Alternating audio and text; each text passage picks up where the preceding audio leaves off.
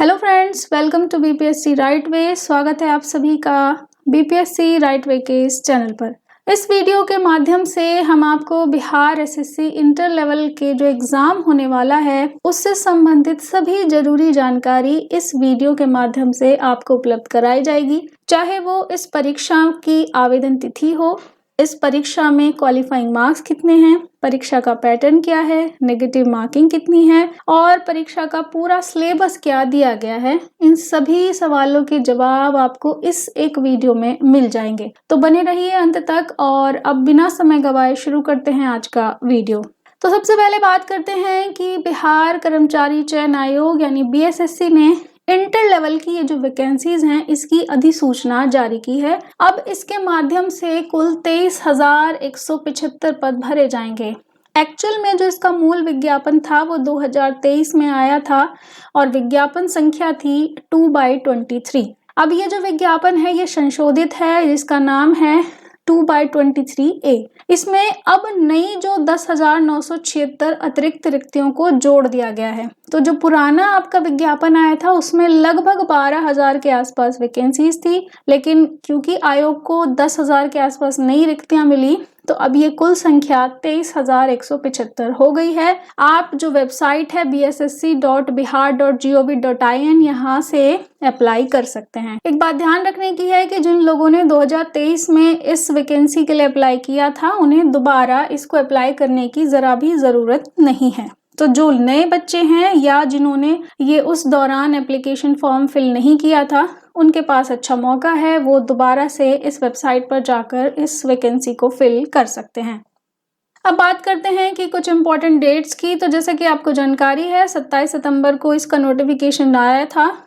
अब 15 से ये ऑनलाइन आवेदन शुरू हुए हैं, जिसमें कि बहुत लेट नाइट तक ही इनकी वेबसाइट ने काम करना शुरू किया है। आवेदन करने की जो फिलहाल अंतिम तिथि है वो है 25 नवंबर। तो आप इस टाइम पीरियड के बीच में इसको अप्लाई कर सकते हैं। विभागवार रिक्तियों की बात करें तो जो संशोधित अभी विज्ञापन आपका आया है उसमें लगभग 95 अलग अलग विभाग, अलग अलग ऑफिस में अलग अलग पोस्ट पे वैकेंसीज जारी हुई हैं। टोटल 23,175 हैं, जिसमें से अगर हम केवल महिलाओं की बात करें तो लगभग 7,000 सीटें महिलाओं के लिए आरक्षित हैं। यहाँ पर आप देखेंगे ये जनरल कैटेगरी की महिलाएं हैं और जनरल सीट्स 10,000 के आसपास हो गई हैं।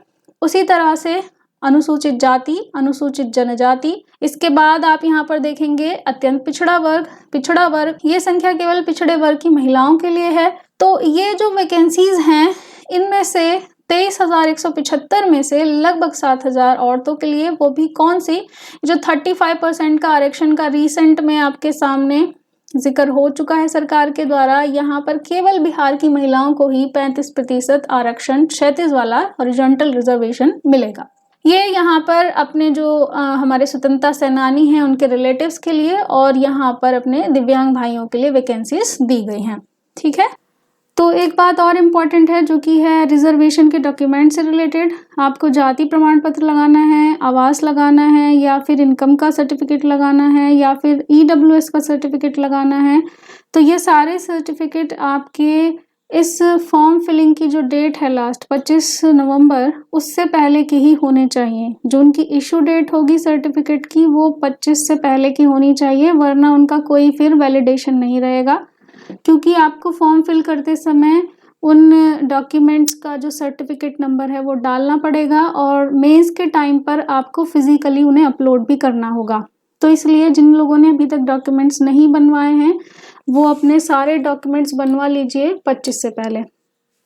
एक चीज़ और यहाँ पर ध्यान रखिएगा, ऐसी महिलाएं जो विवाहित हो चुकी हैं उनका जाति प्रमाण पत्र और आवास प्रमाण पत्र दोनों ही पिता के नाम और उनके स्थान से ही निर्गत होना चाहिए। ऐसी सभी महिलाएं जो विवाहित हैं और अपने पति के साथ रहती हैं उनका आय और परिसंपत्ति का जो प्रमाण पत्र है वो पति के नाम से इशू हो जाएगा, लेकिन वहां पर भी आवास आपको अपने पिता के नाम से ही लगाना है। तो अच्छी तरीके से इस बात को नोट कर लीजिएगा, चाहे जाति हो चाहे आवास वाला डॉक्यूमेंट हो, आपको पिता के स्थान और उनके नाम से सर्टिफिकेट जारी कराना है। ठीक है। और आय वाला आप अपने हस्बैंड के हिसाब से करा सकती हैं। चलिए देखते हैं आगे। और अब हम बात करेंगे कि क्या रहने वाली है आयु सीमा। तो आयु सीमा को हमने 3 कैटेगरी में डिवाइड किया है। सबसे पहले बात करते हैं अनरिजर्व्ड मेल की, या फिर जो इकोनॉमिकली वीकर सेक्शन के मेल हैं उनकी आयु सीमा 18 से 37 रहने वाली है। इसके बाद अगर आप बैकवर्ड क्लास या एक्सट्रीम बैकवर्ड क्लास की बात करें तो मेल और फीमेल दोनों में 18 से 40, या फिर अनरिजर्व्ड जो फीमेल हैं उनकी भी उम्र 40 साल रखी गई है। सो अनरिजर्व्ड मेल के लिए 37 है और फीमेल के लिए 40 ईयर्स है। और SC/ST मेल या फीमेल ये 18 से 42 साल इसकी आयु सीमा निर्धारित है। अब हम बात करेंगे परीक्षा पद्धति की। तो जो परीक्षा का पैटर्न है वो वस्तुनिष्ठ है, यानी MCQ बेस्ड होगा, बहुविकल्पीय प्रश्न होंगे। कुल प्रश्नों की संख्या है 150। याद ये रखना है कि सही उत्तर पे 4 अंक मिलेंगे तो नेगेटिव के लिए 1 अंक की कटौती भी की जाएगी, यानी 1/4 इसमें नेगेटिव मार्किंग है। अंग्रेजी और हिंदी दोनों भाषाओं में ये पेपर आपका होने वाला है। अगर हम बात करें कि मिनिमम क्वालिफाइंग मार्क्स कितने लाने हैं ताकि आप मेंस के एग्जाम में बैठ सकें, क्योंकि ये तो प्रारंभिक परीक्षा के लिए आया नोटिफिकेशन है, तो अगर आप जनरल कैटेगरी से फाइट कर रहे हैं तो आपको 40% अंक लाने होंगे। सो पेपर कितने का हुआ, देखिए 150 प्रश्न है, 4 अंक का एक उत्तर है, यानी 600 अंकों का ये पूरा पेपर होने वाला है। उस 600 में से 40% आपको लाना है अगर आप जनरल कैटेगरी से हैं, यानी 240 मार्क्स लाने हैं। अगर बैकवर्ड क्लास से हैं तो 36.5, एक्सट्रीमली बैकवर्ड क्लास से हैं तो 34%, SC/ST से हैं तो 32%। और देखिए खास बात देखिए यहाँ पर महिला जो कि सभी वर्ग से केवल 32% मार्क्स आपको लाने हैं, और उसी तरह से दिव्यांग श्रेणी के लोगों को भी 32% मार्क्स लेकर आने हैं। तो ये तो बात हुई मार्क्स की। महिलाओं के लिए बहुत ही सुनहरा अवसर है, जमकर प्रयास करिए। इसके बाद हम बात करेंगे कि इस परीक्षा में होने वाला ये जो पेपर है इसका क्या रूपरेखा रहने वाली है। तो प्रारंभिक परीक्षा में एक ही पत्र होने वाला है जिसका नाम रखा गया है सामान्य ज्ञान का, लेकिन उसमें ये 3 खंड शामिल हैं। कौन कौन से? पहला है जनरल स्टडीज यानी सामान्य अध्ययन का, दूसरे में मैथ और साइंस आएंगे सामान्य स्तर के, तीसरे में आपकी मेंटल एबिलिटी यानी मानसिक क्षमता की जांच होगी जिसमें कॉम्प्रिहेंशन, लॉजिकल रीजनिंग वगैरह ये सब आएगा। सबसे इंपॉर्टेंट बात यह है कि इस परीक्षा में आप पुस्तक लेके जा सकते हैं। इसके नियम क्या हैं कि आप कुल 3 पुस्तकें ले जा सकते हैं, तीनों खंडों के लिए एक, यानी एक आप जनरल स्टडीज की बुक ले जा सकते हैं, एक सामान्य विज्ञान गणित की ले जा सकते हैं और एक मानसिक क्षमता जांच के लिए भी लेकर जा सकते हैं। लेकिन कौन सी किताब? ऐसा नहीं कि ल्यूसेंट लेके चले जाएंगे हम, तो ऐसा कुछ नहीं है। आप केवल NCERT या फिर बिहार बोर्ड से संबंधित BSEB की किताबें या ICSE बोर्ड या फिर किसी अन्य बोर्ड की केवल टेक्स्ट बुक ही लेकर जा सकते हैं। ये बात अच्छे तरीके से दिमाग में बैठा लीजिए कि आप कोई ल्यूसेंट, कोई नोट्स या किस तरह के PDF ये सब लेकर नहीं जाने दिया जाएगा आपको। आप केवल टेक्स्ट बुक्स ही लेकर जा सकते हैं, इन बोर्ड्स की बुक लेकर जा सकते हैं। इसके बाद जो आप किताबें लेके जाएंगे उस पे आपको अपना नाम और रोल नंबर जरूर अंकित करना होगा। आप वहाँ क्लासरूम में बैठ करके अपनी बुक्स को एक्सचेंज भी नहीं कर सकते हैं कि मेरे वाली बुक में नहीं मिल रहा है आंसर तो अपना दिखा दीजिए, वैसा कुछ नहीं होने वाला है। ठीक है, आप अपनी बुक लेके जाएंगे, उस पर अपना नाम और रोल नंबर लिखेंगे और अपने ही पास रखेंगे, आप उसे यूज कर सकते हैं अपने क्वेश्चंस का आंसर ढूंढने के लिए। अब हम थोड़ा डिटेल में देखेंगे कि इस परीक्षा का विस्तृत पाठ्यक्रम नोटिफिकेशन में क्या दिया हुआ है। ये हमारा अपना कुछ नहीं है, जो नोटिफिकेशन में दिया गया ये वही है सिलेबस। सबसे पहले हम बात करेंगे खंड क की, जिसमें जनरल स्टडीज आने वाला है। उसको बेसिकली उन्होंने 2 उप विषय उसके बनाए हैं। पहला है करंट अफेयर्स का, जिसमें साइंटिफिक प्रोग्रेस यानी वैज्ञानिक राष्ट्रीय अंतर्राष्ट्रीय पुरस्कार हैं, भारतीय भाषाएं हुई, पुस्तकें, लिपि, राजधानी, मुद्रा, खेल, खिलाड़ी या फिर महत्वपूर्ण घटनाएं, इन सबसे प्रश्न पूछे जाएंगे।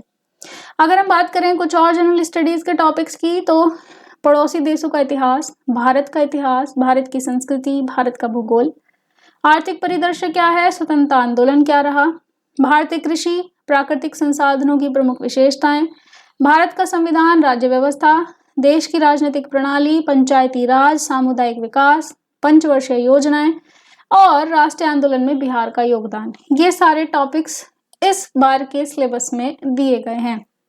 अगला जो खंड है आपका विज्ञान और मैथ्स का, तो उसमें भी जरा देख लेते हैं क्या क्या दिया है।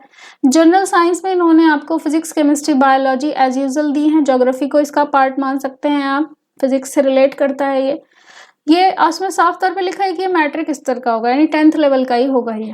तो इसमें मैथमेटिक्स की बात करेंगे तो संख्या पद्धति यानी नंबर सिस्टम है, होल नंबर्स आएंगे, पूर्ण संख्याओं का अभिकलन, दशमलव और भिन्न आएगा, संख्याओं के बीच परस्पर संबंध आएगा, कुछ मूलभूत अंकगणितीय संक्रियाएं आएंगी, परसेंटेज आएगा, रेशियो एंड प्रोपोर्शन आएगा, औसत और ब्याज आएगा और साथ ही लाभ और हानि आएगा। ये सारे टॉपिक्स इसमें मेंशन किए गए हैं।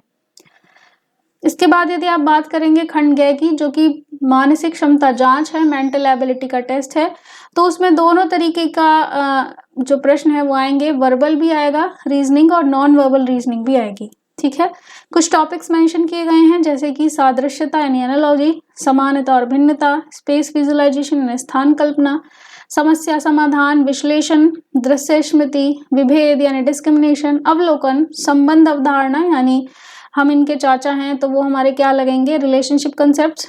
इसके बाद अर्थमेटिक नंबर सीरीज और कोडिंग और डिकोडिंग यानी कूट लेखन और कूट व्याख्या, इस पर भी प्रश्न शामिल होंगे। तो ये आपका पूरा रहने वाला है सिलेबस, और ये परीक्षा का कोई टेंटेटिव डेट अभी तक हमारे सामने नहीं है। ऑलरेडी 2023 का ये विज्ञापन है, 2 साल हो चुके हैं। कब एग्जाम होगा केवल आयोग ही जान सकता है। इस एग्जाम को लेकर आपके जो भी कमेंट्स हैं आप हमें कमेंट बॉक्स में पूछ सकते हैं। इस एग्जाम से संबंधित और भी जो जानकारियां हैं हम लगातार अपने टेलीग्राम पर प्रोवाइड कराएंगे, अपने ऐप पर भी पोस्ट करेंगे। आप हमारे ऐप को चेकआउट कर सकते हैं, गूगल प्ले स्टोर पर ये उपलब्ध है। अगर आपने इसको डाउनलोड नहीं किया है तो एक बार डाउनलोड करें और अपनी जो भी फीडबैक है हम तक पहुंचाएं। यहाँ पर सभी इम्पॉर्टेंट जो एग्जाम बिहार में हो रहे हैं उनसे रिलेटेड मटेरियल या टेस्ट सीरीज, मैगजीन्स, बुकलेट्स वगैरह लगातार प्रोवाइड कराई जाती हैं। न्यूज़ डेली अपडेट यहाँ पर होता है, जॉब्स अलर्ट आपको मिलेगा। तो कुल मिलाकर के ये वन स्टॉप सॉल्यूशन बनाने की कोशिश बीपीएससी राइट वे के द्वारा लगातार की जा रही है। तो स्टूडेंट्स, आप सभी के लिए लगातार ऐसे ही हमारा प्रयास जारी रहेगा। लाइक करें, शेयर करें, सब्सक्राइब करें हमारे चैनल को। फिर मिलते हैं आपसे और अगले वीडियो में।